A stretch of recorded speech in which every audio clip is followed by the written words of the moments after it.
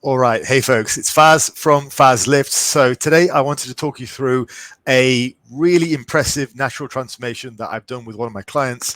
And I thought it would be good to look at, one, because it's a great example of what can be achieved naturally, but also I used some unconventional methods and techniques which might be an interesting talking point for why they may potentially be better from how people do things normally. So firstly, thanks for making it onto my channel. If you have any questions or comments, pop them down below. And if you'd like to work with me on your own strength physique goals, there's a link in the description. But first, let's get on and have a look at what we did. So have a look here. First of all, this is Tom. Now, Tom is this is how Tom came to me on the left-hand side here. So on the left, he was pretty big, pretty strong. You know, he'd reached pretty much intermediate levels of strength, and he wasn't really getting any further. And he'd also gained quite a lot of weight to get to that point. So we went firstly to a cut and then a recomposition. So basically, he ended up going from this on the left to this on the right over the space of about 8 months or so. And I want to talk you through that process and break it all down for you and what we did. So, all right. So my initial evaluation with Tom was that he was a new natural client. He wanted to get more muscular and stronger overall from where he was. So up until this point, he'd been eating and gaining as much size as he could and strength as he could with that. Now, the client had gained quite a lot of weight and he'd reached intermediate level strength all by himself. Now, from my perspective, after I'd been working him for maybe a few weeks to a month, it was pretty clear that he wasn't really in a good position to continue adding mass at this point, as was evidenced by his strength plateau. So no matter what we did, his body just wasn't doing anything. And so from my experience as a coach from working with people, my guess was that he had got some issues with insulin resistance and partitioning due to his body fat. He'd gained that much body fat and put himself in a position where he was metabolically compromised. And if his body wasn't healthy, then adding muscle was the last thing he was going to do. So those issues would only be exacerbated by further weight gain. So as my part of my evaluation, when looking at this client as a whole, holistically, what can we do to make him better? The weak link at this stage was body fat and general fitness levels. So that's the first thing I wanted to tackle. And so I discussed that with him and we had to talk about it. Now, phase one that's led us to this. The initial evaluation, I thought he needed to drop around about 40 pounds of body weight. I didn't tell him that at the beginning. We started off with the goal of dropping about 20, but all of this in the back of my head was, okay, this guy's a natural with intermediate level of development and about sort of average height, you know, and he's like 5'11", 6 foot, something like that. So intermediate strength levels and lean is going to be about 160 pounds. It's only really elite level naturals who end up being about 180 pounds on stage at an average height. You see some of the really, really top guys where there's question mark about whether they're enhanced or not. They end up a little bit over 200 pounds. But for most average guys who are sort of intermediate level of strength, they're going to be very lean at roughly that 160 pound mark. And it's a bit of a wake-up call, actually, for some of you guys who are maybe 250 pounds, who think when they drop down to 200 pounds, they're going to be lean and shredded, and you're just not. You know, you've got another 40 or so pounds to go. It's only the really, really elite level strength natural guys who are going to be about 180 or so when they lean down all the way. So we discussed fat loss with him, and I said, look, we can do this either the fast way or the slow way. And this is kind of where it gets interesting for us. So we both agreed that the fast approach, with the proviso of being somewhat reasonably flexible a couple of times a week, would suit his personality better. So I've discussed this before. I mean, I'd use fat loss in a number of different ways, but one of the methods I do like for people who have got a lot of weight to lose is fast fat loss. And I think if it's structured correctly, and the way that I structure it, enabling people to get what they need to be healthy, but also to set themselves up for a good diet model later down the line, I think fast weight loss actually works relatively well. And my experience is borne out by the research. And I did a video on VLCDs and LCDs, that is low calorie diets, a while ago. And you can look at the research from that. It's very robust, and it goes back 30 to 40 years and looks at the efficacy of very fast weight loss diets for long-term success. So that's matched to my experience, but it's something that nowadays is kind of frowned upon. A lot of people don't do it. It's sort of like lumped in with crash dieting, but it's not really. A properly planned fast diet can be highly effective. And this is where this gets interesting, because it was a good example of that very fast diet. So I started off on my fast fat loss diet model. So essentially it was very low calorie, high protein, high vegetables, and in general, we would allow him to have 2 large meals per week as sort of cheat meals. And they were mostly based around social occasions. So this allowed us to drop weight reasonably fast. We dropped a total of 40 pounds across 4 months. Now, that's about 10 pounds a month, which isn't, it's fast, but it's not like crazy fast, but that was for a consistent 4 months. So that's a tremendously fast rate of fat loss for a natural guy, not on any kind of supplementation, not taking any kind of fat burners, just done naturally, consistently over the course of 4 months. Anyone could do it over 1 month, but to do that for months and months and months and months repeatedly, to lose 40 pounds altogether, was a very, very impressive achievement. Now, that was all done via what I refer to as my fastest fat loss approach. That's an approach that I've done with a number of different clients, and it's a properly executed, very low calorie diet. So that was phase 1. And what was interesting about this was the non-traditional approach to dieting. And I'm going to cover at the end why I think it might be a little bit better than sort of regular approaches. So that was phase 1. And essentially phase 1 ended like this. So we tried to ensure we kept strength losses to a minimal. We aimed by the end of the 4-month period, we aimed for losing no more than about 10% of strength on every lift, which wasn't much, So if we were benching 100 kilos previously, which I think we were, 90 kilos for 5 was the lowest we allowed ourselves to go to. Most of this strength loss was seen in the pressing, so the bench press and the overhead press. The rest of the lifts didn't really suffer that much. His performance was best the days after a cheat meal, and that was telling to me that he was in enough of a deficit to impact him during the week. His body weight was impacted minimally after a cheat meal as well. This is another sort of clue that I have that people are actually dieting properly. If you're on a diet and you have a cheat meal and your weight spikes up like 5-6 pounds, just in my anecdotal experience, it usually means you're not dieting hard enough, or your cheat meal was just ridiculous.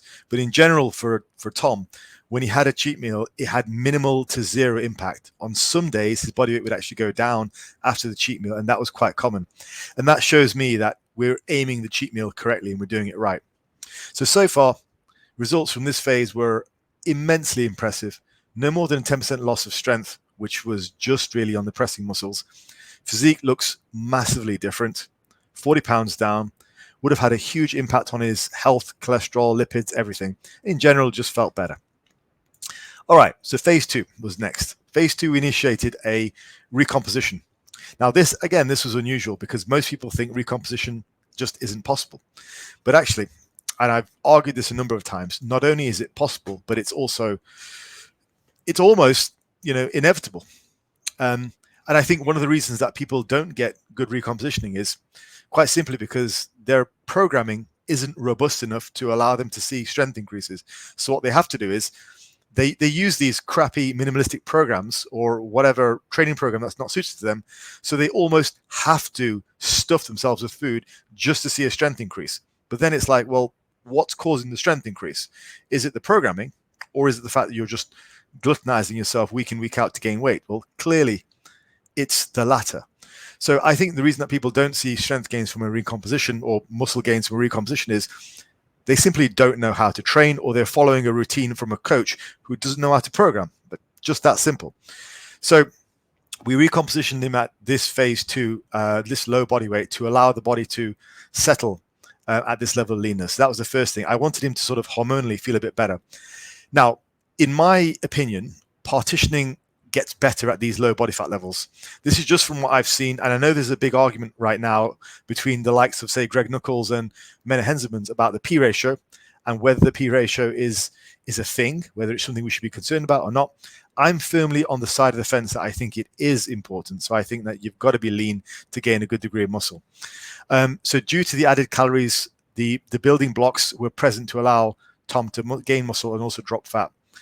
At a later point in the recomposition, a couple of months ago, his output was ramped up quite a lot via cardio, as he was involved in a number of sort of charity drives. So that was good. That further increased the partitioning, and his strength continued to increase.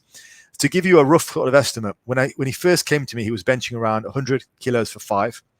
His strength went down to about 90 for 5, and it's now up by, that was at the end of phase 1, and now at the end of phase 2 it's up to 110 for 5. So we've seen a robust strength gain into new levels in phase 2 while he's recompositioning. So that was due to the effectiveness of his training and evidenced by him gaining muscle and dropping body fat. So he's maintained roughly 168 pounds for those 4 months, a bit of variance up and down, but generally about there. And he's also gained muscle and lost body fat during that time, leaving him now to look like this. So now his body has accepted this level of leanness. He's actually gotten a little bit leaner, as evidenced by his physique. Also, he's gotten stronger in all the right areas. So he continues to actually get more muscular and stronger at this body weight now, using the same training approach that we started off. And just if it means anything, we use an undulating style. I use an undulating style periodization with him, similar to what I have in my wizard book.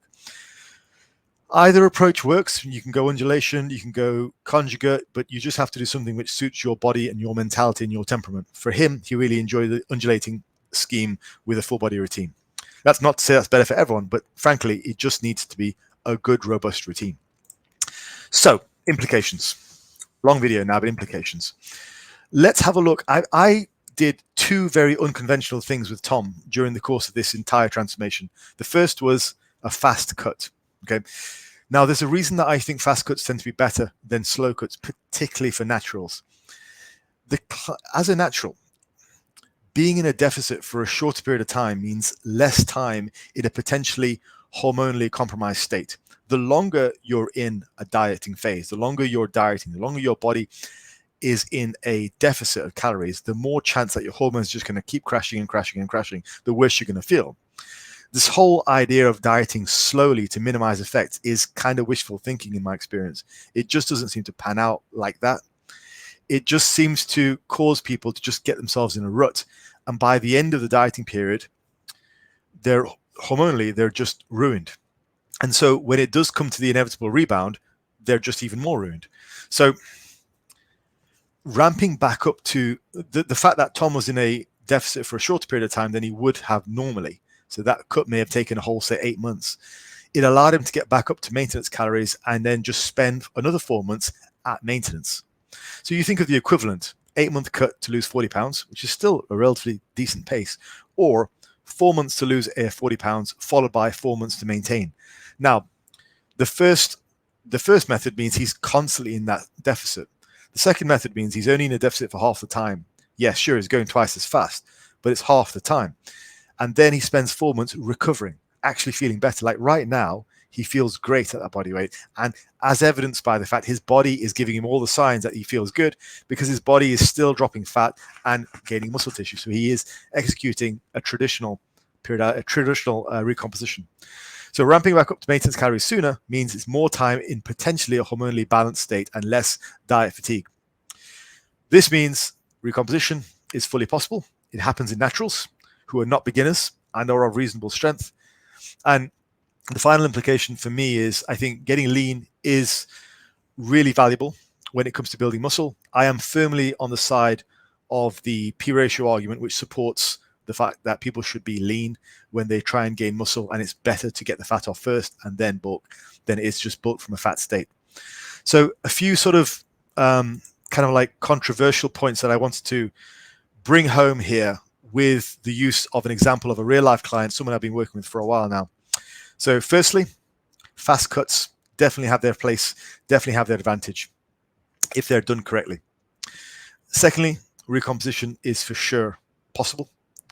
And thirdly, I still believe, and this only supports what I'm thinking, is that it's possible and better. You're in a better state to gain muscle and strength when you're leaner.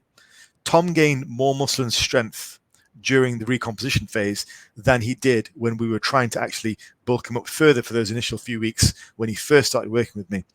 So that for me is clear evidence that his body preferred to be in a leaner state to be healthier, to gain muscle, etc., etc. So that's the results of my fat loss and recomposition with Tom. A very, very, very impressive natural transformation, and one that I think everyone is capable of achieving. And if you'd like to get on with your own natural transformation like that, contact me in the comments, and I'll speak to you all in the next one. Take care.